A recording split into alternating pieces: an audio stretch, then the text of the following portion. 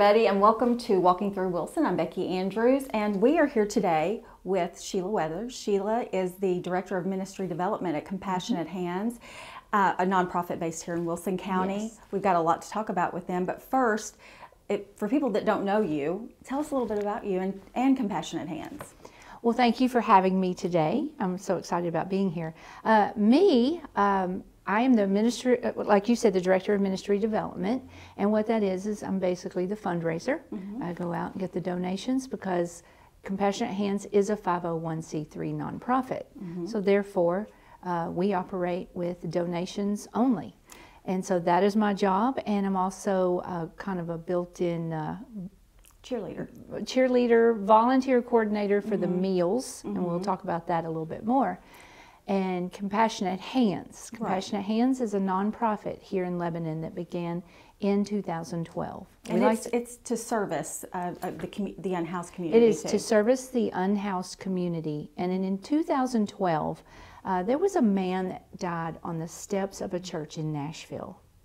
And Compassionate Hands began recognizing how many unhoused they had in Wilson County or in Lebanon. And so there were about 8 prominent leaders in the county and that decided that, hey, we need to do something. And especially during the winter months. During the winter. When there's nothing, there's no shelter, and, yes, things like that can happen. Right. It predominantly started because of the winter, because they didn't want anybody to freeze to death in Wilson County. And so they decided to go to Room in the Inn in Nashville and look at its model and tour and get ideas. They came back to Wilson County and they started going to the churches and knocking on the doors and saying, hey, will you be a church that will house our unhoused friends in the winter? And it's just something that they alternate. Yes. The churches that do it, you alternate every night. Totally volunteer run at that point. So 8 churches said yes originally. And then fast forward to 2019, when I came on staff, there were 25 churches that had opened their doors. Of course, the numbers of the unhoused at that time had grown. And here we are, and just recently had our biggest night ever, 45 people. 45 people in one night. In one night. It runs from December 1 to March 15th. It is totally volunteer run. Other than a few staff that we have now, including myself. Our director is John Grant. He is our executive director. He stepped out in faith in 2018 from the church that he was on staff, which was one of the churches that really got it going in 2012. He stepped out in faith to become the executive director and to also get it registered as a 501c3. And this also donation run. It is only donation run. I mean, it is... I got a big job because we bought a building. And you paid it off? Did you pay it off? We are about to. That has been our year-end push. And you've only had it? We closed on it November 2nd, 2020. So 2 years? Yes. And you're about to pay it off? Yes. And the reason we had to buy the building is because of COVID and because the churches were shutting down. We didn't know what we were going to do. And so, that was for the male unhoused, well, correct? It was going to be for both. Okay. But the size of the building we bought, we didn't foresee that we could also have the women there. If it had been a huge building and we could separate really well, we would do that. But we now have 5 churches that are opening this winter to house our women. And then in the summer months, you provide a lunch. We provide so much more in the summer months. Yes. And if I could give you some statistics that we just came up.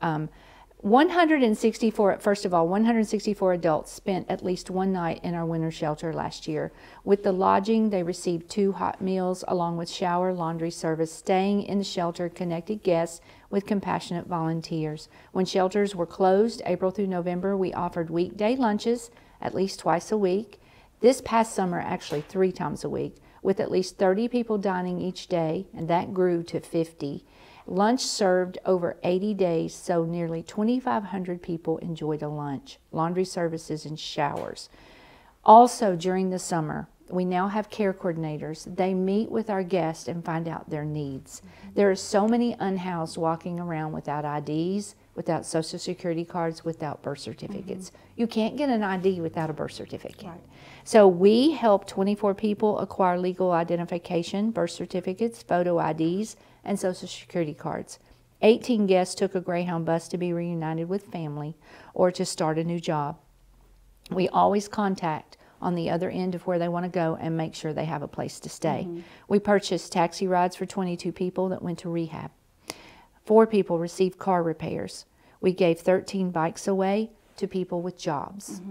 That is the requirement there. You have to have a job. And you also did, I'm sorry to interrupt you, okay. but you also help with people that are trying to get transition.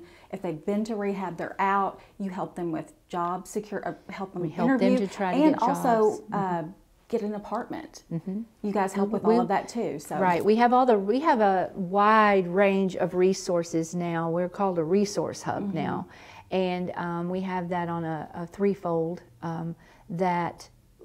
We have many resources that we can give out to our friends. We let them get on our computers at the office. If they need to get on a computer to fill out an application for housing, to get on Lebanon housing list, the waiting list. And walk through that process. That's a tough process for anybody. Right, and we also have incorporated this past year Goodwill Career Solutions has brought in job fairs.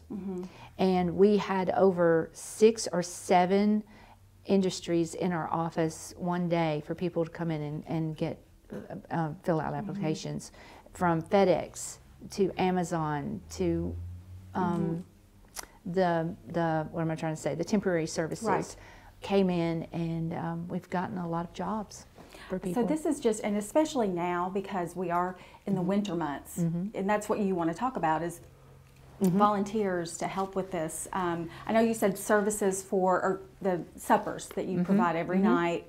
Thank you. You're one of the providers for those meals. I just have to throw that in. Yes, and it's great. I mean, it's a great. You feel we're kind of bubbled. I feel like sometimes, and you don't realize that there are people, and they're in the cold all day. Yes, and all day. This gives them an opportunity to just sit down, have a meal, and decompress.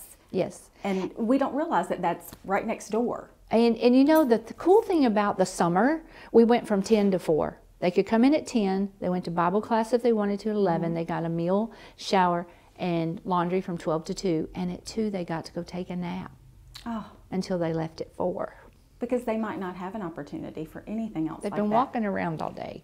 Well, and just overstimulated by everything. It's because there's there's always going to be noise. And I know that you guys will give gift cards to Panera Bread or Dunkin'. So during the day, especially in the winter months, they can go in and be warm for a bit.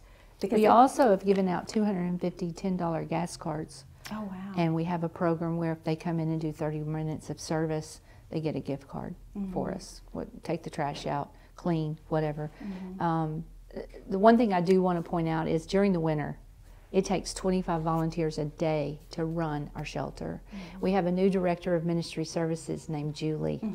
Woo, she's a fireball. She has come in and taken it to a whole new level.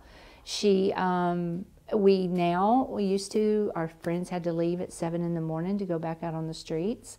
And they now can stay till 10. And the reason for that is to incorporate them to help us clean our building if they wish. And also our care coordinators come in from 8 to 10 and can meet with anybody that needs to be met with. So it's an excellent resource for people. Yes. And you need volunteers all the time. We need volunteers. We need overnight hosts to stay. How do people get in touch with you if they want to volunteer for this? And it's just one night. You get there, you help with dinner, you sleep over, and just make sure that everything's okay. And it's. You can get in touch with me, and I'll direct you to Julie if it's her lane, or if it's my lane, or if it's someone else's lane. I'll direct you to the person you need. So you can email me. And do you want me to give that email now? Yes, I need your email. Okay. So it's sheila.weathers@compassionatehandstn.org. That's a mouthful. It is. Say it one more time. sheila.weathers@compassionatehandstn.org. Now, how do you guys go about finding, or the Unhoused find you? How do they go about finding you? Or do you guys reach out? Do you go to different areas and let people know? All the churches in Wilson County know about us. If they don't, they need to. So most of the churches in Wilson County know about us. Most of the businesses do too. I mean, I've gone to Walmart and met with the manager and praise the Lord, he gave us a grant just recently. And I went and met with him one day to do the photo op of the grant, and I told him, I said, here's my card. You know, you have people out front. Be sure, and we have a little flyer we hand out too when season comes to tell the times and where the bus picks up. And so he, I told him about that. I've told Subway inside Walmart. You know, we just tell our neighbors and give them those flyers. And yes, you know, and we're on social media. So and, people can find you on social media. The website for Compassionate Hands is CompassionateHandsTN.org. And the address of your building? 214 North College Street. And so this is winter. We need volunteers. You guys we need volunteers. We need volunteers to stay the night for the women and the men.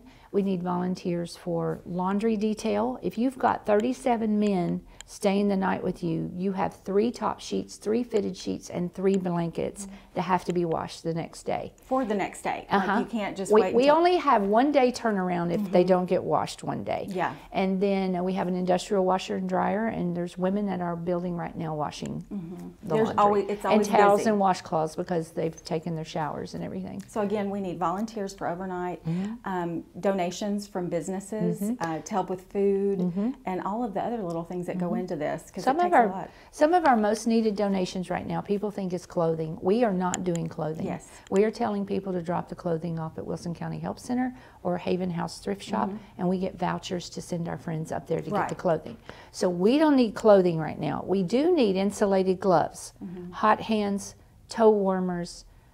We need laundry pods for our washer and dryer.